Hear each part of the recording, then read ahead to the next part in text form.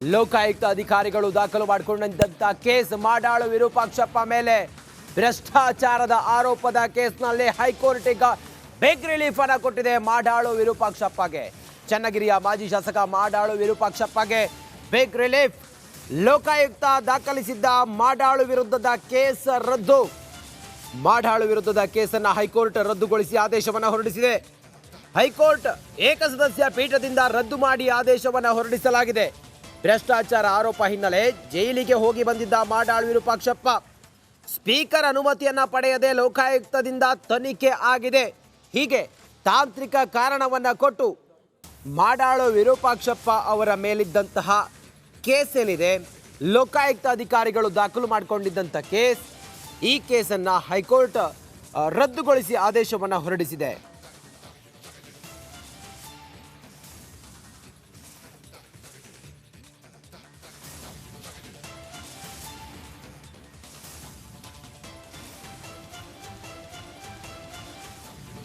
ಕರ್ನಾಟಕ ಸಾಬೂನು ಮತ್ತು ಮಾರ್ಜಕ ನಿಯಮಿತ KSDL ಇದರ ಅಧ್ಯಕ್ಷರಾಗಿದ್ದಂಥ ಮಾಡಾಳು ವಿರೂಪಾಕ್ಷಪ್ಪ ತಮ್ಮ ಮಗ ಇದರಲ್ಲಿ ಭ್ರಷ್ಟಾಚಾರ ಸಿಗಿರೋದು, ತಾವು ಕೂಡ ಇದರಲ್ಲಿ ಇನ್ವಾಲ್ವ್ ಆಗಿರೋದು. ಈ ಪ್ರಕರಣದಲ್ಲಿ ಲೋಕಾಯುಕ್ತ ಅಧಿಕಾರಿಗಳು ರೇಡ್ ಮಾಡಿ ಕಂತೆ ದುಡ್ಡು ಕೂಡ ಸೀಸ್ ಮಾಡಿದ್ರು. ಅದಾದ ನಂತರ FIR ಕೂಡ ದಾಖಲಾಗಿತ್ತು. ಈಗ ಹೈಕೋರ್ಟ್ ಅದಕ್ಕೆ ರಿಲೀಫನ್ನು ಕೊಟ್ಟಿದೆ, ಅಂದರೆ FIR ಅನ್ನು ರದ್ದು ಮಾಡಿದೆ. ಮಾಡಾಳು ವಿರೂಪಾಕ್ಷಪ್ಪ ಅವರಿಗೆ ಬೇಗ ರಿಲೀಫ್ ಇದು. ಮಾಡಾಳು ವಿರೂಪಾಕ್ಷಪ್ಪ ವಿರುದ್ಧದ ಕೇಸ್ ಮಾತ್ರ ಇಲ್ಲಿ ರದ್ದಾಗಿರೋದು. ಆದರೆ ಮಾಡಾಳು ವಿರೂಪಾಕ್ಷಪ್ಪ ಪುತ್ರ ಪ್ರಶಾಂತ್ ಮಾಡಾಳು ಅವರಿಗೆ ರಿಲೀಫ್ ಇಲ್ಲ. ಪುತ್ರ ಸೇರಿ ಇತರೆ ಆರೋಪಿಗಳ ವಿರುದ್ಧ ಕೇಸ್ ಮುಂದುವರಿಯಲಿದೆ. ಮಾಡಾಳು ವಿರೂಪಾಕ್ಷಪ್ಪ ಅವರ ಕೇಸ್ ಮಾತ್ರ ಇಲ್ಲಿ ರದ್ದು ಮಾಡಿರೋದು.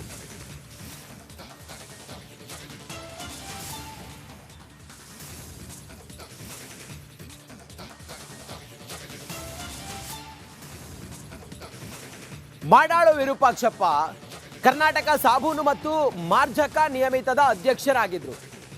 ಅವರ ಮಗ ಇವರು ವ್ಯವಹಾರವನ್ನು ನೋಡ್ತಾ ಇದ್ದ, ಮತ್ತೆ ಅಲ್ಲಿ ಭ್ರಷ್ಟಾಚಾರ ಆಗಿದೆ ಅನ್ನೋದು. ಮಾಡಾಳು ವಿರೂಪಾಕ್ಷಪ್ಪ ಅವರ ಪುತ್ರನ ಕಚೇರಿ ಮೇಲೆ ರೇಡ್ ಮಾಡಿದಾಗ ಇಲ್ಲಿ ಕೋಟಿ ಹಣ ಕೂಡ ಸಿಕ್ಕಿತ್ತು, 40 ಲಕ್ಷ. ಅದಾದ ನಂತರ ಅದರ ಮುಂದುವರೆದು ಪರಿಶೀಲನೆ ಮಾಡಿದಾಗ ಅಲ್ಲೂ ಕೂಡ ಹಣವು ಸಿಕ್ಕಿತ್ತು.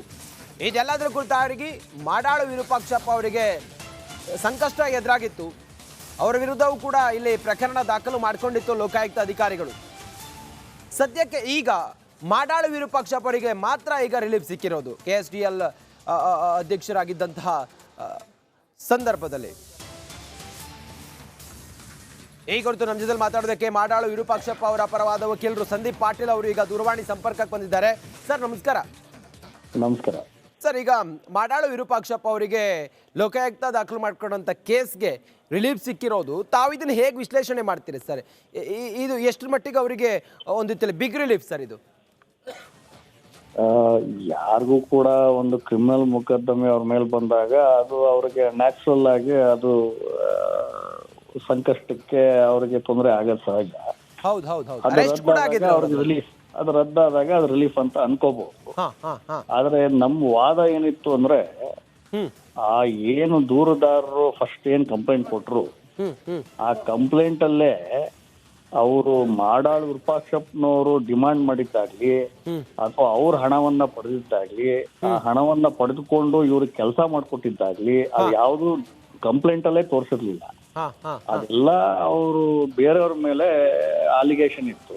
ಆದ್ರೆ ಮಾಡಾಳು ವಿರೂಪಾಕ್ಷಪ್ಪನವರು ಈ ಸಂಸ್ಥೆಯ ಅಧ್ಯಕ್ಷರಾಗಿದ್ದರಿಂದ ಅವ್ರನ್ನೂ ಸೇರಿಸಿ ಕಂಪ್ಲೇಂಟ್ ಅನ್ನು ಕೊಟ್ಟಿದ್ರು. ಫಸ್ಟ್ ಆಫ್ ಆಲ್ ಆತರ ಕಂಪ್ಲೇಂಟ್ ಕೊಡಕ್ಕೆ ಅವಕಾಶ ಇಲ್ಲ. ಸೊ FIR ಮಾಡುವಾಗ ಅವ್ರನ್ನ ಸಹಜವಾಗಿ ಆರೋಪಿ ಒಂದು ತೋರಿಸಿದ್ರು. ಸೊ ನಾವೇನಂದ್ವಿ, ಕಂಪ್ಲೇಂಟ್ ಅಲ್ಲಿ ಏನು ಡಿಮಾಂಡ್ ಅಥವಾ ಅಕ್ಸೆಪ್ಟೆನ್ಸ್ ಇವೆರಡಿದ್ರೆ ಮಾತ್ರ ಪ್ರಿವೆನ್ಷನ್ ಆಫ್ ಕರಪ್ಷನ್ ಆಕ್ಟ್ ಅಲ್ಲಿ ಅಫೆನ್ಸ್ ಆಗುತ್ತೆ, ಇಲ್ಲಾರ ಆಗಲ್ಲ. ಸೊ ಡಿಮಾಂಡ್ ಅಕ್ಸೆಪ್ಟೆನ್ಸ್ ಎರಡೂ ಅಲಿಗೇಷನ್ ಇಲ್ಲದೆ ಇರುವಂತ ಕಂಪ್ಲೇಂಟ್ ಅನ್ನ ಇವ್ರು FIR ತಗೊಳಕ್ಕೆ ಅವಕಾಶ ಇಲ್ಲ. ಯಾರು FIR ಮಾಡಿದ್ದಾರೆ, ಇದು ಒಂದನೇ ಭಾಗ.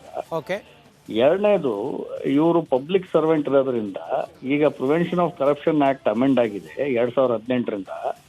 ಅದರೊಳಗೆ 17A ಒಂದು ಪರ್ಮಿಷನ್ ತಗೋಬೇಕು. ನೀವು FIR ಮಾಡುವ ಪೂರ್ವದಲ್ಲಿ, ತನಿಖೆ ಮಾಡುವ ಪೂರ್ವದಲ್ಲಿ ಅದು ಕಡ್ಡಾಯವಾಗಿ ತಗೋಬೇಕು.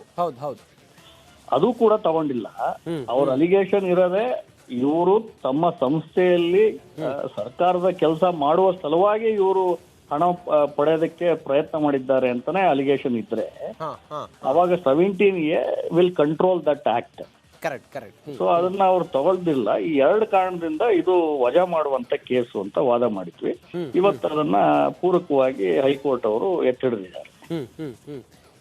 ಇದ್ರ ಜೊತೆಗೆ ಸರ್, ಅವರ ಪುತ್ರ ಪ್ರಶಾಂತ್ ಮಾಡಾಳ್ ಅವರಿಗೆ ಏನು ಅವ್ರ ಮೇಲೆ ದಾಖಲಾದಂಥ ಪ್ರಕರಣ ಅದು ಆಸ್ ಯೂಶುವಲ್ ಕಂಟಿನ್ಯೂ ಆಗುತ್ತೆ, ಅದರ ತನಿಖೆ ಮತ್ತೊಂದು ಎಲ್ಲವೂ ಕೂಡ ಕಂಟಿನ್ಯೂ ಆಗುತ್ತಲ್ಲ ಸರ್?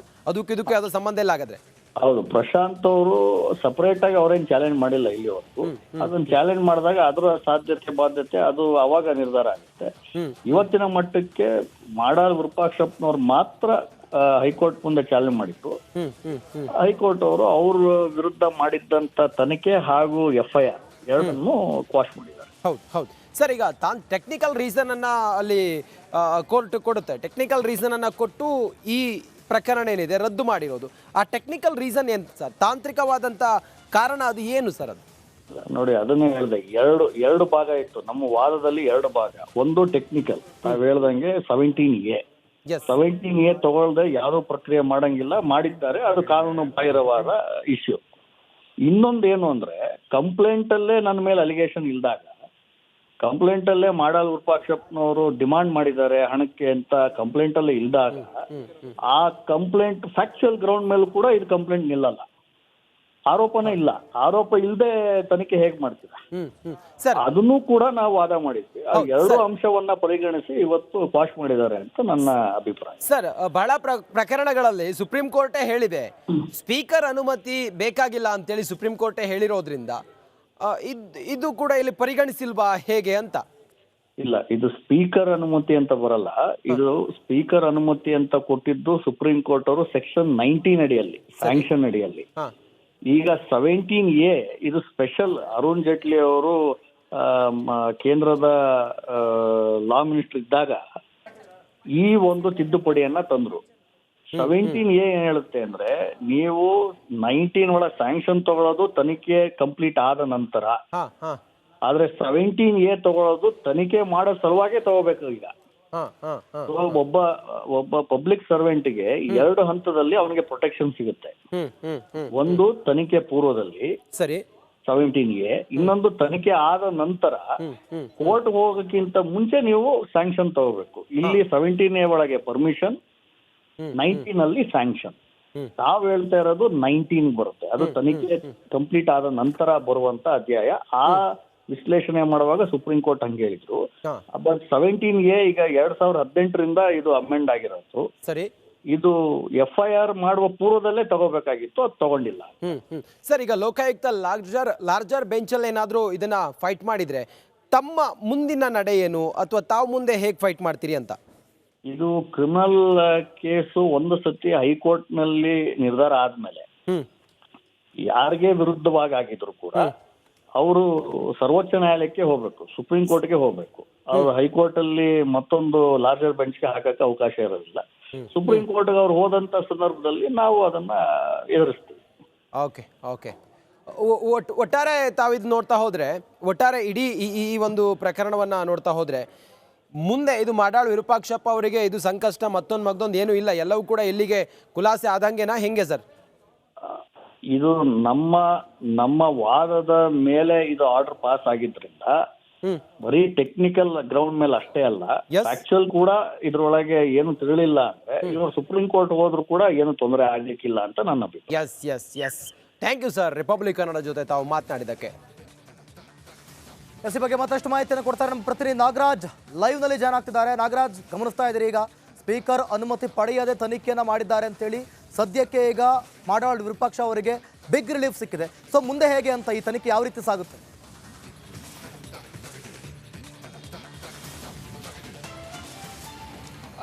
ಖಂಡಿತ ದಿವಿತ್, ಈ ಒಂದು ಪ್ರಕರಣದಲ್ಲಿ ಸಂಪೂರ್ಣವಾಗಿ ಮಾಡಾಳು ವಿರೂಪಾಕ್ಷಪ್ಪಗೆ ರಿಲೀಫ್ ಸಿಕ್ಕಿದೆ ಅಂತ ಹೇಳ್ಬೋದು. ಯಾಕಂತಂದರೆ ಇಲ್ಲಿ ಪ್ರಮುಖವಾಗಿ ಹೈಕೋರ್ಟ್ ಏಕಸದಸ್ಯ ಪೀಠ ಉಲ್ಲೇಖ ಮಾಡಿರ್ತಕ್ಕಂಥದ್ದು ಈ ಒಂದು ಪ್ರಕರಣದಲ್ಲಿ ಟೆಕ್ನಿಕಲ್ ಆಗಿ ತನಿಖಾಧಿಕಾರಿಗಳು ಈ ಒಂದು ಪ್ರಕರಣದಲ್ಲಿ ತನಿಖೆಯನ್ನೇ ಮಾಡಿಲ್ಲ ಅಂತೇಳಿ ಉಲ್ಲೇಖ ಮಾಡಿರ್ತಕ್ಕಂಥದ್ದು.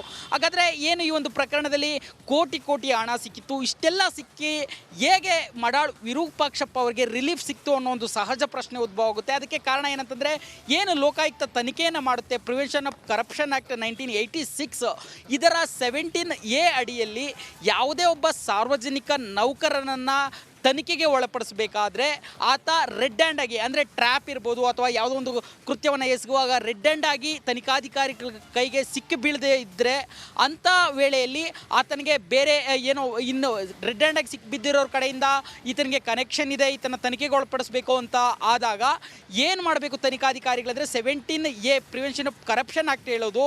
ಅಂಥ ವೇಳೆಯಲ್ಲಿ ಆ ಒಂದು ಸಕ್ಷಮ ಪ್ರಾಧಿಕಾರದಿಂದ ಕಡ್ಡಾಯವಾಗಿ ಅನುಮತಿಯನ್ನು ಪಡೆದುಕೊಳ್ಬೇಕು. ಅಂದರೆ ಮಾಡಾಳು ವಿರೂಪಾಕ್ಷಪ್ಪ ಅವರು ಆಗ ಏನು MLA ಆಗಿದ್ದರಿಂದ ಸ್ಪೀಕರ್ ಅನುಮತಿಯನ್ನು ಪಡೆದುಕೊಂಡು ಅವರ ವಿರುದ್ಧ ಲೋಕಾಯುಕ್ತ ಪೊಲೀಸರು ತನಿಖೆಯನ್ನು ಮಾಡಬೇಕಾಗಿತ್ತು. ಆದರೆ ಯಾಕಂತಂದರೆ ಆ ವೇಳೆಯಲ್ಲಿ ಮಾಡಾಳು ವಿರೂಪಾಕ್ಷಪ್ಪನವರು KSDL ಅಧ್ಯಕ್ಷರಾಗಿದ್ದರೂ ಸಹ ಅವರು ರೆಡ್ ಹ್ಯಾಂಡ್ ಆಗಿ ಟ್ರ್ಯಾಪ್ ಆಗಿರಲ್ಲ, ಅವರ ಮಗ ಪ್ರಶಾಂತ್ ಮಾಡಾಳು ಟ್ರ್ಯಾಪ್ ಆಗಿರ್ತಾರೆ. ಈ ಒಂದು ವಿಚಾರಗಳನ್ನು ಇಟ್ಕೊಂಡು ನ್ಯಾಯಾಲಯದಲ್ಲಿ ಏನು ಮಾಡಾಳು ವಿರೂಪಾಕ್ಷಪ್ಪ ಪರ ವಕೀಲರು ವಾದವನ್ನು ಮಾಡಿದ್ದು, ಇದನ್ನು ಪುರಸ್ಕರಿಸಿರ್ತಕ್ಕಂಥ ನ್ಯಾಯಾಲಯ ಅವರಿಗೆ ರಿಲೀಫನ್ನು ಕೊಟ್ಟಿರ್ತಕ್ಕಂಥದ್ದು.